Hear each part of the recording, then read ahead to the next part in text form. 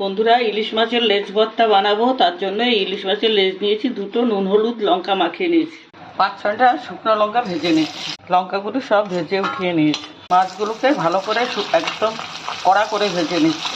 মাছগুলো কড়া করে ভেজে উঠিয়ে নিয়েছি। এখানে দুটো পেঁয়াজ মিহি করে কুচিয়ে নিয়েছি। লঙ্কাটাকে নুন দিয়ে ভালো করে মেখে নিচ্ছি। নুন লঙ্কার সাথে পেঁয়াজটা ভালো করে মেখে নিচ্ছি।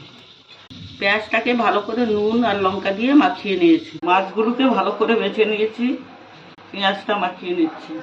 সঙ্গে দিচ্ছি একটুখানি ধনে পাতা ও ইলিশ মাছের সাথে খাটে না, তবুও যেহেতু ভর্তা সেজন্য দিলে কোনো অসুবিধা নেই। এবার দিয়ে দিচ্ছি 1 চামচ কাঁচা তেল। ইলিশ মাছের লেজ সব বাড়িতেই একটা দুটো বেঁচে যায়, কেউই খেতে চায় না। এভাবে করে খাবেন, দেখবেন অনেক ভালো লাগে। দেখবেন এটা দিয়ে 1 থালা ভাত খাওয়া হয়ে যাবে। ইলিশ মাছের লেজ ভর্তা সবাই খেয়ে নেবে, কারণ কাঁটা নেই তো।